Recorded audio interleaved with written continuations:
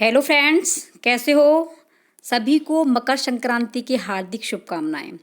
दोस्तों, ये आपका यूपी टेट का प्रैक्टिस सेट है और इससे पहले मैंने एक करा दिया है, बहुत ही महत्वपूर्ण है।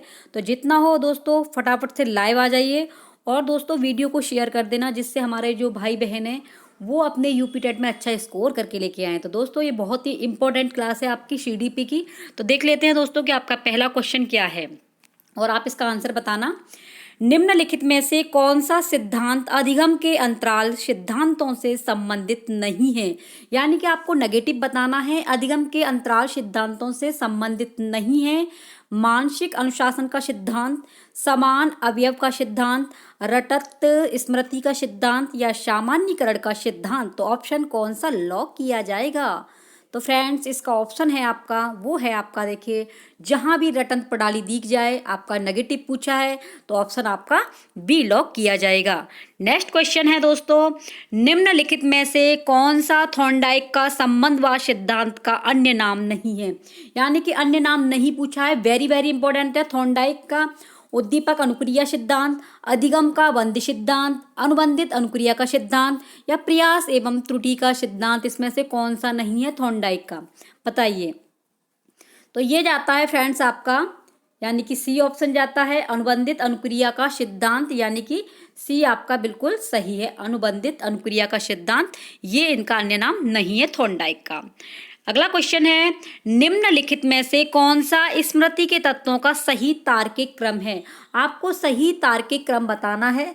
तो इसमें से है अधिगम, पुनः स्मरण, धारण, पहचान, पुनः स्मरण, अधिग्रहण, धारण, पहचान, अधिगम, पुनः स्मरण, पहचान, धारण, अधिगम, धारण, पुनः स्मरण, पहचान। तो कौन सा ऑप्शन लॉक किया जाएगा? तो इसमें दोस्तों आपका जाएगा यानी कि डी ऑप्शन। ये है आपका, अधिगम पहले होगा, फिर धारण होगा, फिर पुनः स्मरण होगा, फिर पहचान होगा। इसमें सही जो क्रम पूछा है, तो पहले हम सीखेंगे, फिर कोई धारण करेंगे, फिर पुनः स्मरण करेंगे, फिर किसी चीज को पहचानेंगे। तो यही आपका क्रम सही है, यानी कि 4 ऑप्शन बिल्कुल सही है। नेक्स्ट क्वेश्चन है, निम्नलिखित में से कौन सा दबी हुई भावनात्मक ऊर्जा को निकालने का सही तरीका नहीं है? जो भावनाएं हमारी दब जाती हैं, ऊर्जा जो है उसे निकालने का सही तरीका नहीं है, ये पूछा है। तो बताइए, स्थानापन्न, प्रतिक्रियाएं, विस्थापन, प्रतिगमन, आत्मकरुणा। तो बताइए ऑप्शन कौन सा जाएगा? तो ये जाएगा दोस्तों आपका आत्मकरुणा। ये है आपका, निकालने का सही तरीका नहीं है। आत्मकरुणा किसी के अंदर की जो भावना है वो निकालने का तरीका नहीं है, यानी कि डी ऑप्शन बिल्कुल सही है। नेक्स्ट क्वेश्चन है, संज्ञानात्मक विकास के सामाजिक सांस्कृतिक सिद्धांत के जनक कौन थे? वेरी वेरी इंपॉर्टेंट है सामाजिक के। बताइए, जीन पियाजे, जेरोम ब्रूनर, लेव वाइगोत्स्की या कोहल वर्ग। तो कौन सा ऑप्शन जाएगा? तो जहां भी सामाजिक की बात आ जाए दोस्तों, वो आपके जाएंगे लेव वाइगोत्स्की, यानी कि सी ऑप्शन बिल्कुल सही है।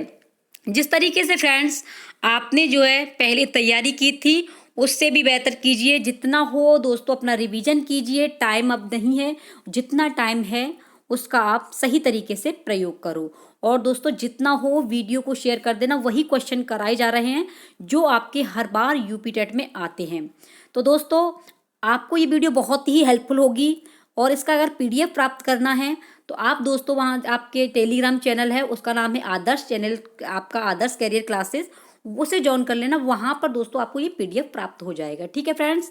और जिन्होंने संस्कृत की तैयारी नहीं कर पाए हैं तो आपकी सारी जो वीडियो सिलेबस के अनुसार करा दी हैं, आप प्लेलिस्ट से जा करके अपना देख लेना। तो बहुत ही इंपॉर्टेंट ये क्वेश्चन है, आप इसका आंसर बताइए। मनोविश्लेषणात्मक विधि के जनक कौन है? जेवी वॉटसन, विल्हेम वुंट या सिगमंड फ्रॉयड या जे.एम. केटल। तो कौन सा ऑप्शन लॉक किया जाएगा? तो दोस्तों सभी को पता होगा, इसका जो है सिगमंड फ्रॉयड जो है मनोविश्लेषणात्मक विधि के जनक हैं।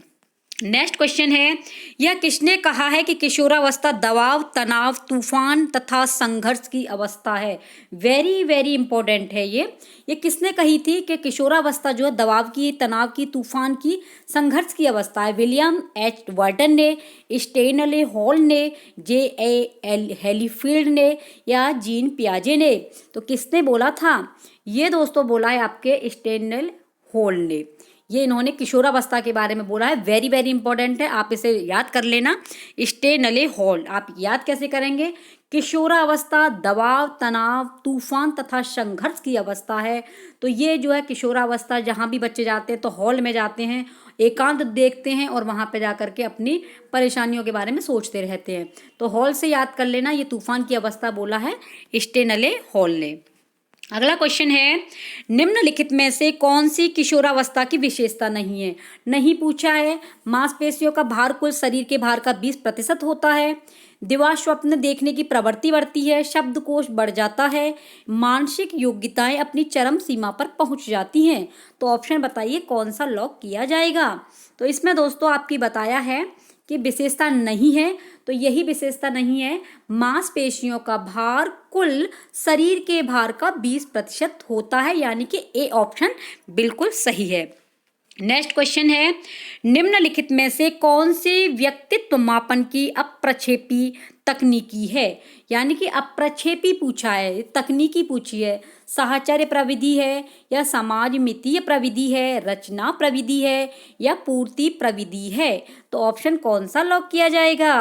तो इसमें दोस्तों आपका जो है 9 का जो है वो है दोस्तों आपका, यानी कि बी ऑप्शन बिल्कुल सही है, समाज मितीय प्रविधि, बी ऑप्शन सही है। अगला क्वेश्चन है, निम्नलिखित में से कौन से व्यक्तित्व मापन की प्रक्षेपी प्रविधि नहीं है? तो प्रक्षेपी प्रविधि नहीं पूछा है। शब्द साहचर्य परीक्षण, बुड़वर्त का व्यक्तिगत दंतपत्र या वाक्य पूर्ति परीक्षण, चित्र कथानक परीक्षण। बताइए ऑप्शन कौन सा लॉक किया जाएगा? तो इसमें दोस्तों जाएगा आपका वुडवर्थ का व्यक्तित्व दंत पत्र, यानी कि बी ऑप्शन बिल्कुल सही है। नेक्स्ट क्वेश्चन है आपका, निम्नलिखित में से कौन सा कथन असत्य है? आपको असत्य देखना है। अधिगम एक प्रक्रिया है न कि उत्पाद। अधिगम प्रक्रिया सदैव उद्देश्यपूर्ण होती है। अधिगम का क्षेत्र व्यापक होती है। मूल प्रवृत्ति एवं प्रतिक्षेप क्रियाओं के द्वारा होने वाले व्यवहार के परिवर्तन में भी अधिगम माने जाते हैं। तो बताइए फटाफट से ऑप्शन कौन सा लॉक किया जाएगा? इसमें दोस्तों आपका डी ऑप्शन सही है। ठीक है, यही बड़ा है, यही आपके लिए सही है। नेगेटिव पूछा है तो मूल प्रवृत्ति एवं प्रतिक्षेप क्रियाओं के द्वारा होने वाले व्यवहार के परिवर्तन भी अधिगम में माने जाते हैं। यही ऑप्शन आपका सही जाता है, डी ऑप्शन। अगला क्वेश्चन है, निम्नलिखित में से कौन सी अभिप्रेरण की असत्य विशेषता है? अभिप्रेरित में व्यक्ति का व्यवहार लक्ष्योन्मुखी होता है। अभिप्रेरित व्यवहार निरंतरता करता है। अभिप्रेरित व्यवहार की प्रकृति कठोर होती है। अभिप्रेरणा मनुष्य में ऊर्जा परिवर्तन करती है। तो बताइए ऑप्शन कौन सा लॉक किया जाएगा? इसमें फ्रेंड्स आपका जाएगा सी ऑप्शन, अभिप्रेरित व्यवहार की प्रकृति कठोर होती है। ये पूछा है, इसमें असत्य तो कठोर नहीं होती। अभिप्रेरित सीखने की जो प्रवृत्ति होती है वो इसमें नहीं पूछा, इसलिए ऑप्शन आपका सी लॉक किया जाता है।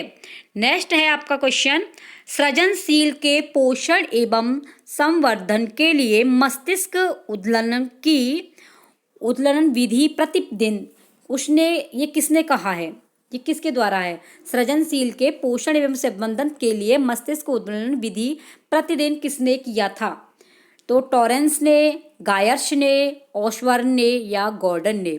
तो किसने किया है? गॉर्डन ने किया है। बताइए, ये जाता है आपका ओसबर्न। वेरी वेरी इंपॉर्टेंट है, सी ऑप्शन बिल्कुल सही है आपका। अगला क्वेश्चन है, विचार निर्णय लेने भाषा और अन्य उच्च मानसिक प्रक्रिया से जुड़ी मानसिक गतिविधियों को कहा जाता है। क्या कहा जाता है? दृश्य चित्र, संज्ञान, संप्रत्यय, प्रस्ताव, साध्य। क्या बोला जाएगा? तो इसको बोला जाएगा दोस्तों आपके संज्ञान। किसी का विचार करना, निर्णय लेना, तो जब हम संज्ञान में होंगे, किसी की जानकारी होगी, तभी हम विचार कर सकते हैं, निर्णय ले सकते हैं। तो ये ऑप्शन जाता है आपका बी की ओर, संज्ञान। अगला क्वेश्चन है, निम्नलिखित में से कौन सा J P Guilford, very very important है, जेपी गिलफोर्ड द्वारा प्रदत्त बुद्धि के त्रिविनय प्रारूप के एक घटक विषय वस्तु का प्रकार नहीं है? आक्रमिक, प्रणाली, सांकेतिक या व्यवहारिक? कौन सा ऑप्शन लॉक किया जाएगा? तो इसमें फ्रेंड्स आपका जाता है प्रणाली। ठीक है, नहीं है तो आपका प्रणाली नहीं है, यानी कि बी ऑप्शन बिल्कुल सही है। अगला क्वेश्चन है, निम्नलिखित में से कौन सा कैटल द्वारा, वेरी वेरी इंपॉर्टेंट है कैटल द्वारा प्रतिपादित व्यक्तित्व के गत्यात्मक विशेषक का प्रकार नहीं है? अभिवृत्ति, स्थायी भाव, तीव्र इच्छा या रूढ़िवादी। तो इसमें दोस्तों आपका जाएगा रूढ़िवादी, यानी पूछा है नहीं तो आपका ऑप्शन भी नहीं में जाएगा, तो डी ऑप्शन सही है, रूढ़िवादी। अगला क्वेश्चन है स्टैनफोर्ड, वेरी वेरी इंपॉर्टेंट है। स्टैनफोर्ड विनय बुद्धि लब्धि स्केल के अनुसार न्यून मानसिक मतदा वाले बालकों की जो मंदता होती है, मंदता वाले बालकों की बुद्धि लब्धि सीमा क्या होती है? मंद वालों की बुद्धि लब्धि स्टैनफोर्ड के अनुसार 52 से 67 होती है, या 20 से 35, या 36 से 51, या 20 से नीचे। तो ये होती है दोस्तों 52 से 67 के बीच। तो आपका ए ऑप्शन बिल्कुल सही है। अगला क्वेश्चन है निम्नलिखित में से कौन सा संप्रत्यय जीन पियाजे ने, वेरी वेरी इंपॉर्टेंट है, जीन पियाजे ने अपने संज्ञानात्मक विकास सिद्धांत में नहीं दिया है? आपका आत्मसात्मीकरण, समाविष्टीकरण, सांकेतिक या संतुलन। तो इसका ऑप्शन जाता है फ्रेंड्स आपका सांकेतिक। और जीन पियाजे ने 4 बताई हैं, ठीक है, तो इनको चारों की इनकी याद कर लेना। तो ये बहुत ही इंपॉर्टेंट है जीन पियाजे वाला, और इसका ऑप्शन जाता है सी, बिल्कुल सही है, सांकेतिक। अगला क्वेश्चन है निम्नलिखित में से कौन सा गैने, वेरी वेरी इंपॉर्टेंट है, गैने द्वारा प्रदत्त अधिगम सोपानिक सिद्धांत का उच्चतम स्तर है? तो आपको बताना है गैने वाला जो अधिकतम जो है अधिगम सोपानिक सिद्धांत का उच्चतर स्तर क्या है? समस्या समाधान अधिगम, सिद्धांत अधिगम, या प्रत्यय अधिगम, या बहुविभेद अधिगम। तो कौन सा ऑप्शन लॉक किया जाएगा? तो इसमें दोस्तों आपका जाता है समस्या समाधान अधिगम, यानी कि ए ऑप्शन बिल्कुल सही है। नेक्स्ट क्वेश्चन है किस आयु वर्ग के लिए बालक प्रसंगबोध परीक्षण यानी कि CAT, वेरी वेरी इंपॉर्टेंट है, CAT लागू हो सकता है? 2 से 5 वर्ष के बालक के लिए, 0 से 4 वर्ष तक के लिए, या 3 से 10 वर्ष के लिए, या 16 से 18 वर्ष के लिए। तो ये आपका क्वेश्चन का आंसर होगा 16 से 18 साल के लिए, यानी कि डी ऑप्शन बिल्कुल सही है, CAT वाला, ठीक है। नेक्स्ट क्वेश्चन है निम्नलिखित में से कौन सा आदतों की विशेषताओं के संदर्भ में गलत कथन है? आपको गलत देखना है। आदत विशिष्ट स्थिति के लिए स्वतः प्रतिक्रिया है, आदत वंशानुक्रम से हासिल की जाती है, आदत अच्छी तरह से सीखा प्रदर्शन है, या आदत केवल समान परिस्थितियों होने पर प्रदर्शित होती है? तो फ्रेंड्स आपका जाएगा 21 का, आदत वंशानुक्रम से हासिल की जाती है। गलत पूछा है, तो देखिए इसमें जो है आदत वंशानुक्रम से हासिल नहीं होती है। आदत बच्चा कोई भी सोसाइटी में चला जाए, अगर गलत सोसाइटी में जाएगा तो गलत आदत पड़ जाएगी, और अच्छी सोसाइटी में रहेगा तो अच्छी उसकी आदत हो जाएगी। तो ये नहीं कह सकते हम कि वंशानुक्रम के आधार पर आपकी आदतें गलत या सही होती हैं। तो इसमें पूछा है कि निम्नलिखित में से कौन सा आदतों की विशेषताओं के संदर्भ में गलत है? तो यही आपका गलत है, वंशानुक्रम से हासिल की जाती हैं। ये बिल्कुल सही नहीं है कि वंशानुक्रम से हासिल की जाती हैं। कोई बच्चा डॉक्टर है तो वो डॉक्टर, उसका पिताजी डॉक्टर हैं, तो जरूरी नहीं है कि वो डॉक्टर ही बने, उसकी आदत है। तो बहुत सारी चीज़ें होती है आदत को लेकर के। अगर किसी बच्चे को खाने की लत है, किसी चीज़ को गलत लेने की, किसी को पढ़ने की लत नहीं है, अगर कोई बच्चा पढ़ने वाले फ्रेंड के साथ में पढ़ रहता है तो उसको पढ़ने की आदत लग जाएगी, खेलने वाले के साथ रहता है तो खेलने की आदत बन जाएगी। तो ये वंशानुक्रम पे मतलब हाँ, ये नहीं है कि वंशानुक्रम से ही हासिल की जाती है आदत जो है, ये दोस्तों वंशानुक्रम के द्वारा हासिल नहीं की जाती है, इसलिए ऑप्शन आपका बी लॉक किया जाता है। नेक्स्ट क्वेश्चन है निम्नलिखित में से कौन सा अच्छे मानसिक स्वास्थ्य का लक्षण नहीं है? मानसिक स्वास्थ्य का सांवेगिक परिपक्वता, आत्मविश्वास, असहनीयता, या आत्म मूल्यांकन की क्षमता। तो इसमें फ्रेंड्स आपका जाता है असहनीयता, यानी कि सी ऑप्शन बिल्कुल सही है, असहनीयता। अगला क्वेश्चन है मनोविज्ञान की शाखा जो यह अध्ययन करती है कि लोग पूरे जीवन काल में शारीरिक, संज्ञानात्मक और सामाजिक रूप से कैसे बदलते हैं, तो ये क्या कहलाती है बताइए? नैदानिक मनोवैज्ञानिक, या परामर्श मनोविज्ञान, या विकासात्मक मनोविज्ञान, या प्रयोगात्मक मनोविज्ञान। तो इसका दोस्तों ऑप्शन जाता है विकासात्मक मनोविज्ञान, ठीक है। अगला क्वेश्चन है निम्नलिखित में से कौन सा जन्मजात अभिप्रेरक नहीं है? वेरी वेरी इंपॉर्टेंट है ये, इसमें नहीं पूछा है जो जन्मजात नहीं है। सुरक्षा, भूख, प्यास, या विश्राम। तो इसमें से जन्मजात नहीं है, तो बताइए कौन सा नहीं है?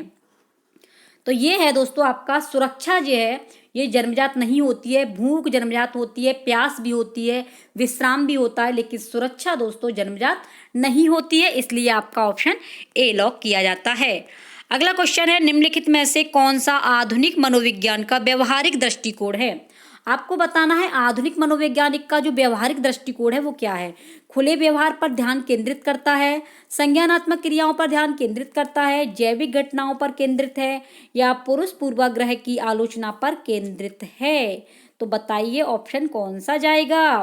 तो इसमें फ्रेंड्स आपका जाएगा खुले व्यवहार पर ध्यान केंद्रित करता है। ए ऑप्शन बिल्कुल सही है। नेक्स्ट क्वेश्चन है, निम्नलिखित में से मनद का कौन सा स्तर, जो मन होता है मन का कौन सा स्तर पूर्णतया सुखवादी और सुख प्राप्ति के अनुसंधान द्वारा निर्देशित होता है? मन का बताना है आपको, तो कौन सा जाएगा? इदम, अहम, पराहम या पित्त प्रकृति? तो इसमें दोस्तों आपका जाता है इदम। ठीक है, इदम यानी कि ए ऑप्शन बिल्कुल सही है। नेक्स्ट क्वेश्चन है, खेल के प्रत्याशित सिद्धांत के प्रतिपादक कौन है? वेरी वेरी इंपॉर्टेंट है, खेल के बताने हैं। तो 27 का फटाफट से बता दीजिए कौन सा ऑप्शन सही है। खेल के प्रत्याशित सिद्धांत के प्रतिपादक कौन थे? तो इसके दोस्तों आपके जो थे वो थे कार्ल ग्रुश। ठीक है, कार्ल ग्रुश यानी कि ए ऑप्शन बिल्कुल सही है। नेक्स्ट क्वेश्चन है, पहला बुद्धि परीक्षण किसने बनाया था? बताइए, वेरी वेरी इंपॉर्टेंट। पहला बुद्धि परीक्षण किसने बनाया था? लेवेटरे, या आपके सेंगुइन ने, या फ्रांसीसी गाल्टन ने, या अल्फ्रेड बिने और साइमन ने? साइमन किसने बनाया था? तो ये फ्रेंड्स आपका अल्फ्रेड बिने, अगर बुद्धि वाली बात आ जाए तो आपका अल्फ्रेड बिने जाएंगे। तो इसका डी ऑप्शन बिल्कुल सही है। नेक्स्ट क्वेश्चन है, निम्नलिखित में से कौन सा एक मूल प्रवृत्तियों की विशेषताओं के संदर्भ में सही नहीं है? सही नहीं है मूल प्रवृत्तियों वाला। तो दोस्तों इसका जो ऑप्शन जाता है वो है मूल प्रवृत्तियां अल्पकालिक होती हैं, यही नहीं है। बाकी का देखो, मूल प्रवृत्ति जन्मजात होती है, बिल्कुल सही है। मूल प्रवृत्ति शक्तिशाली होती है, वह बिल्कुल सही है। मूल प्रवृत्ति मनुष्य शारीरिक स्वभाव है, ये भी सही है। इसमें पूछा है नहीं है, तो आपका नहीं के लिए सी ऑप्शन जाता है। अगला क्वेश्चन है, लास्ट क्वेश्चन है दोस्तों, निम्नलिखित में से कौन सा एक चरण चरित्र के विकास के संदर्भ में ड्रेवर द्वारा निर्धारित चरणों में से नहीं है? अपरिष्कृत संवेगों का चरण, मनोभाव का चरण, या आत्मसम्मान का चरण, या पारंपरिक चरण के अनुरूप? तो ऑप्शन बताइए फटाफट से कौन सा लॉक किया जाएगा। आप इसका ऑप्शन बताइए दोस्तों कौन सा सही है। और फ्रेंड तब तक हमें परिश्रम करना चाहिए जब तक हमें मंजिल प्राप्त ना हो जाए। तो इसलिए दोस्तों आप लोग हताश मत होइए, अपना रिवीजन कीजिए, टाइम है, और अपनी मंजिल को प्राप्त कर लीजिए कि आपको अपना यूपी टेट क्लियर करना है। तो इसलिए दोस्तों जितना हो वीडियो को शेयर कर देना, लाइव आ जाए करो। और दोस्तों रोजाना आपको 8 बजे, डेली आपको 8 बजे क्लास दी जाती है। इसलिए फ्रेंड्स अगर जिन भाई बहनों ने अभी तक चैनल को सब्सक्राइब नहीं किया है तो फटाफट से सब्सक्राइब कर देना। और दोस्तों अपना स्कोर बताना कि आज की वीडियो में आपका जो है 30 में से जो 30 क्वेश्चन कराए हैं, 30 में से कितना स्कोर बना है, यानी कितने आपने सही की है। तो आप बताइए कि 30 में का जो है आंसर क्या लॉक किया जाएगा। तो इसका जाता है फ्रेंड्स आपका यानी कि पारंपरिक चरण के अनुरूप, यानी कि डी ऑप्शन सही है। आई होप दोस्तों कि आपको ये वीडियो बहुत अच्छी लगी होगी। और दोस्तों बहुत ही मेहनत से बनाई जाती है, इसलिए फ्रेंड्स जितना हुआ करे अपने सभी भाई बहनों को, अपने सभी दोस्तों को इस वीडियो को शेयर कर दिया करो। और दोस्तों देखिए आपसे को ज़्यादा से ज़्यादा 20 मिनट का समय होता है, इसलिए 20 मिनट का समय निकाल करके आप लोग रोजाना 8 बजे लाइव आ जाए करो। मिलते हैं कोई नेक्स्ट वीडियो में, तब तक के लिए जय हिंद, वंदे मातरम।